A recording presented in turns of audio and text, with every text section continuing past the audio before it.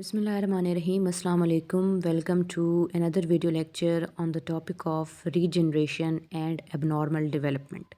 Basically हमने यहाँ पर ये डिस्कस करना है कि ये रीजनरेशन क्या चीज़ होती है, किन फैक्टर्स की वजह से होती है या फिर किन ऑर्गेनिजम्स के अंदर किन कंडीशन में पॉसिबल है। ठीक है, इसके अलावा हमने फिर डिस्कस करना है कि अब नॉर्मल डेवलपमेंट क्या होती है या उसके कौन से कॉजेज़ हैं या उसके आगे आफ्टर इफ़ेक्ट्स क्या होते हैं। तो ये सारी चीज़ें जो हैं हमने इस टॉपिक के अंदर डिस्कस करनी है। दो टॉपिक हैं, रीजनरेशन और दूसरा है abnormal development. So let's start our lecture. सबसे पहले हम ये बात करते हैं रीजनरेशन। रीजनरेशन क्या चीज़ होती है कि अगर एक बॉडी पार्ट कट हो गया या लॉस हो गया, उस चीज़ को दोबारा बना लेना। ठीक है, सो हम कहते हैं द एबिलिटी टू रीगेन और रिकवर लॉस्ट और इंजर पार्ट ऑफ बॉडी। ठीक है, कि एक ऑर्गेनिज्म की ये एबिलिटी कि वो अपने बॉडी का कोई लॉस्ट या इंजर्ड पार्ट जो है उसको दोबारा से रिकवर कर ले, दोबारा से बना ले, उसको हम रीजनरेशन कहते हैं। जब आपने चैप्टर 10 पढ़ा था एनिमेलिया फर्स्ट ईयर में, तो तब आपने बहुत सारे ऑर्गेनिजम्स में पढ़ा था कि रीजनरेशन कर सकते हैं। सो सबसे पहली चीज़ आपने एग्जांपल पढ़ी थी स्पॉन्ज के अंदर, कि स्पॉन्ज क्योंकि बहुत ही सिंपल ऑर्गेनाइजेशन होता है, दैट्स व्हेन इनके अंदर इमेंस पावर ऑफ रीजनरेशन है, ये बहुत आसानी से रीजनरेशन कर लेते हैं।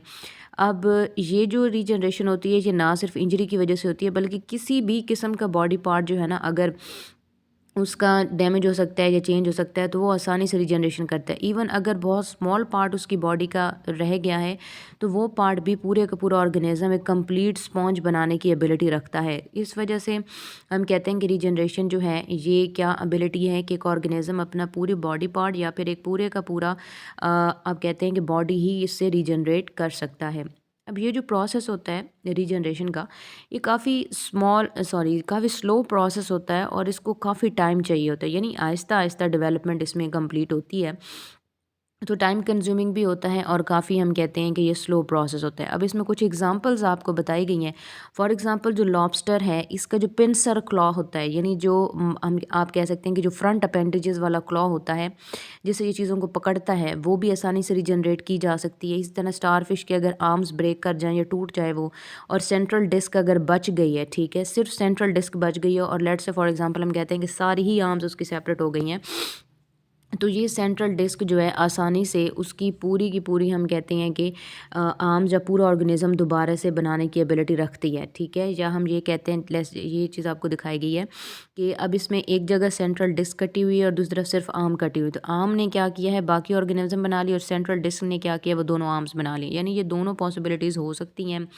और इसके अलावा हम कहते हैं कि अर्थवॉर्म में अगर हेड जो है वो कट ऑफ हो जाए या डैमेज हो जाए या आप इवन रिमूव कर दें, तो हेड आसानी से रीजनरेट हो सकता है। इसी तरह अगर हम सिलेंडर की बात करते हैं, वो लिम्स यानी उनकी जो फोर लिम्ब या हाइंड लिम्ब है, अगर वो इंजर्ड हो जाती हैं या लॉस्ट हो जाती हैं, तो वो भी आसानी से रीजनरेट कर सकता है। ठीक है, और रीजनरेशन जो है ये हम एक चीज़ कहते हैं कि रीजनरेशन ऐसी ही होती है जैसे कि हीलिंग प्रोसेस है। ठीक है, सो रीजनरेशन यंगस्टर्स के अंदर या अर्ली ऑर्गेनिज्म जो होते हैं, जो छोटे होते हैं, ठीक है, जो यंग होते हैं, उनमें तो बहुत फास्ट होती है।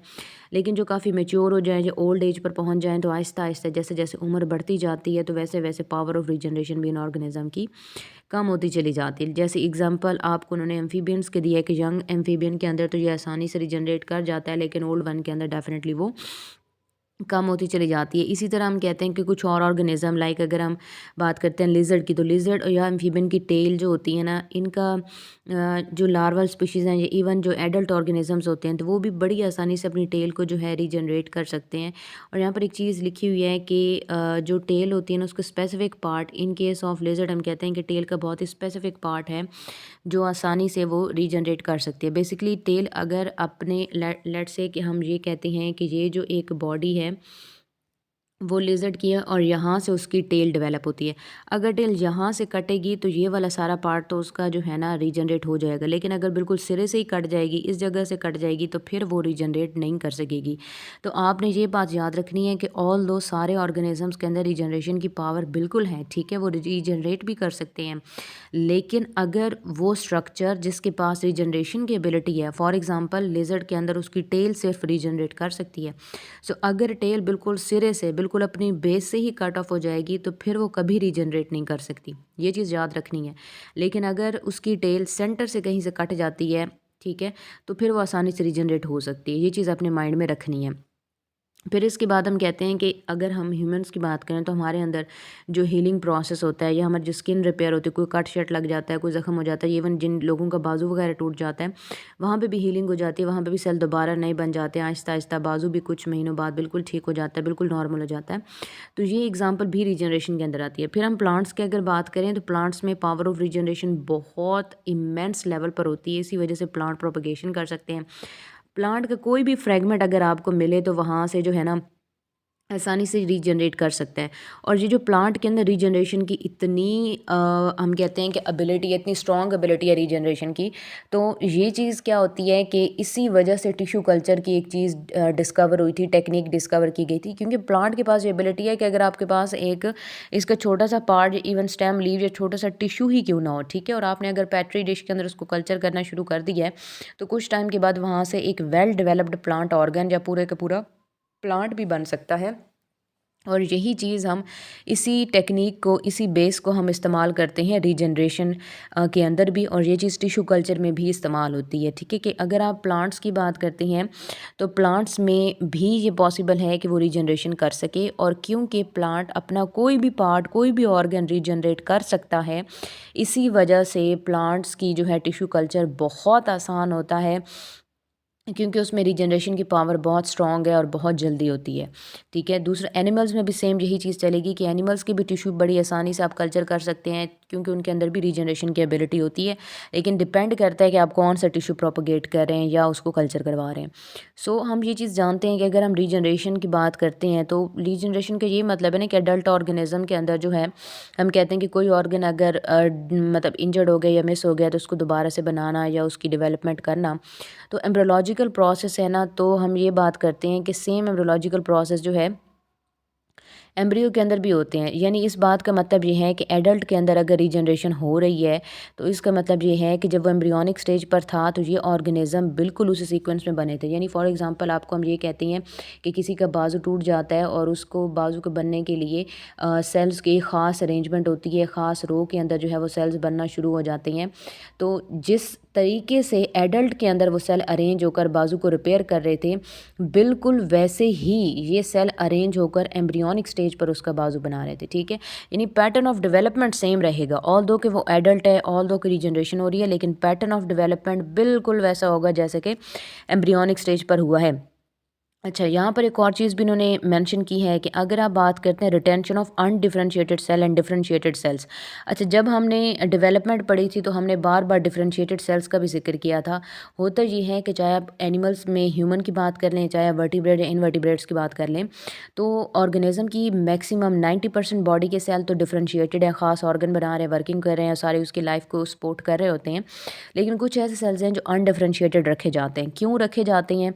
हर वो ऑर्गेनिज्म जिसके अंदर रीजनरेशन की एबिलिटी होती है, उसके कुछ सेल अनडिफरेंशिएटेड ही रहते हैं, ताकि जब कभी भी उसकी बॉडी इंजर्ड हो, जब कभी भी उसकी बॉडी डैमेज हो या उसका कोई ऑर्गन लॉस्ट हो जाता है, तो फिर आसानी से वो जो अनडिफरेंशिएटेड सेल थे, अब वो डिफरेंशिएट होकर वो चीज़ बना लेंगे। ठीक है, तो वही चीज़ आपको बताई गई है कि फॉर एग्जांपल आप फ्लैटवर्म की बात करें, प्लेनेरी की बात करें, तो अनस्पेशलाइज्ड सेल हैं जिनको न्यूब्लास्ट कहा जाता है। ये हमेशा जो है ना टारगेट जगह पर मोबिलाइज करके जाएंगे, माइग्रेट कर कर जाएंगे, और वहाँ पर जो साइट ऑफ एम्प्यूटेशन, एम्प्यूटेशन कहते हैं जो कट ऑफ साइट है, यानी जो डैमेज साइट है, वहाँ पर जाके ये डिफ्रेंशिएट होकर स्पेशलाइज हो जाएंगे और उस ऑर्गन को बना लेंगे। इसी तरह हम कहते हैं कि कुछ ऐसे ऑर्गेनिजम्स होते हैं लाइक स्लेमेंडर और न्यूट्स, तो यहाँ जो स्पेशलाइज्ड सेल्स होते हैं, अब ये क्या करते हैं कि इनका थोड़ा सा डिफरेंट है कि स्पेशलाइज्ड सेल पहले डी डिफरेंशिएट होता है, यानी यही स्पेशलाइज सेल पहले जो होता है वो बिल्कुल सिंपल हो जाता है, लेस डिफरेंशिएटेड हो जाता है, फिर जाके जो है ना वो डिफरेंशिएट होकर और सेम स्ट्रक्चर बनाएगा।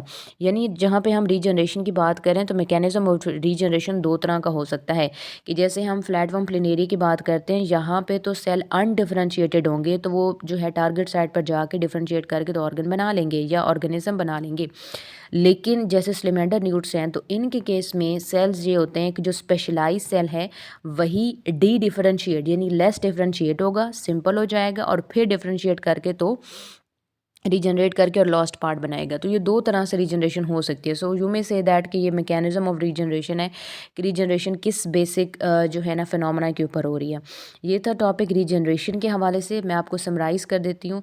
रीजनरेशन का मतलब ये है कि जब भी किसी ऑर्गेनिज्म को कोई इंजरी होती है, कोई उसका पार्ट कट ऑफ हो जाता है या उसकी बॉडी में कोई डैमेज आ जाता है एक्सीडेंटली, ठीक है, तो वो ऑर्गेनिज्म अपनी बॉडी को दोबारा से बना लेता है, दोबारा से रिकवर या रिपेयर कर लेता है, तो उसको हम रीजनरेशन कहते हैं। अब रीजनरेशन की बहुत सारी एग्जांपल्स उन्होंने दी हैं, लेकिन आपने ये चीज़ माइंड के अंदर रखनी है कि रीजनरेशन के दो मैकेनिज़्म होते हैं। या तो ऐसा है कि बॉडी में अनडिफरेंशिएटेड सेल्स पड़े हों और जैसे ही ज़रूरत पड़े वो टारगेट साइट पर जाकर डिफरेंशिएट करके तो वो ऑर्गन बना लें, पहली बात। दूसरा तरीका ये हो सकता है कि डिफरेंशिएटेड सेल ही हैं, स्पेशलाइज्ड सेल ही हैं, लेकिन वो लेस डिफरेंशिएट या लेस स्पेशलाइज्ड होकर पहले सिंपल हो जाएंगे और सिंपल होने के बाद जो है ना वो हम कहते हैं कि ख़ास तरीके से जाकर डेवलपमेंट स्टार्ट करेंगे। तो ये दो तरीके जो होते हैं पैटर्न ऑफ रीजनरेशन के अंदर आते हैं। ये जो टॉपिक है रीजनरेशन का, ये लॉन्ग क्वेश्चन के हवाले से बहुत इंपॉर्टेंट है। आपको क्वेश्चन यहाँ पे आता है, what is regeneration, write a detail note on the topic of regeneration in different organism. What is regeneration, write a detail note on regeneration. So ये चीज़ आती है। या फिर आपको ये भी क्वेश्चन आ सकता है, explain the mechanisms of regeneration. तो ये आसानी से आप अटैम्प्ट कर सकते हैं क्योंकि टॉपिक बहुत सिंपल सा है। फिर उसके बाद आती है एबनॉर्मल डेवलपमेंट। अब एबनॉर्मल डेवलपमेंट जो है ये क्या चीज़ होती है? देखिए, हम समटाइम्स ये कहते हैं कि कभी अनफेवरेबल कंडीशन आ जाती है, किसी को कोई एबनॉर्मलिटी फेस करनी पड़ती है, या कभी ऐसा डैमेज हो जाता है जो रीजनरेट नहीं हो पाता, तो बंदे को जो है ना एबनॉर्मलिटी आ जाती है। लाइक फॉर एग्जांपल किसी का एक्सीडेंट हो जाए, उसकी टांग कट जाए, ठीक है, या उसका बाजू कट जाए, या उसको वैसे नर्वस सिस्टम की कोई एबनॉर्मलिटी हो जाए तो उसका नर्वस सिस्टम वीक हो जाए, या वो हम कहते हैं कि थोड़ा सा जो है ना अनहेल्दी हो जाए, तो ये सारी ऐसी चीज़ें होती हैं जो एबनॉर्मेलिटी की तरफ आती हैं।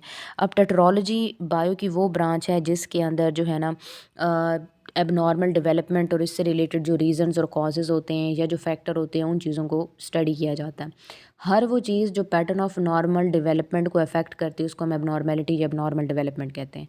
अब जो एबनॉर्मलिटी होती है, एबनॉर्मेलिटी की बहुत सारे रीज़न हैं कि ये जीन्स के थ्रू इनहेरिट हो सकती है पेरेंट्स से, या पेरेंट्स अगर बिल्कुल ठीक हैं, जीन्स बिल्कुल ठीक हैं, लेकिन एट द टाइम ऑफ आप कहती हैं कि मियोसिस जब क्रॉसिंग ओवर हो रही हो तो क्रोमोसोम्स की कोई एबनॉर्मेलिटी का हो जाना, ठीक है, या इन्वायरमेंटल फैक्टर्स का होना, या मेटाबॉलिक डिफेक्ट्स का होना। तो ये 4 रीज़न हैं जो एबनॉर्मेलिटी की वजह बन सकती हैं।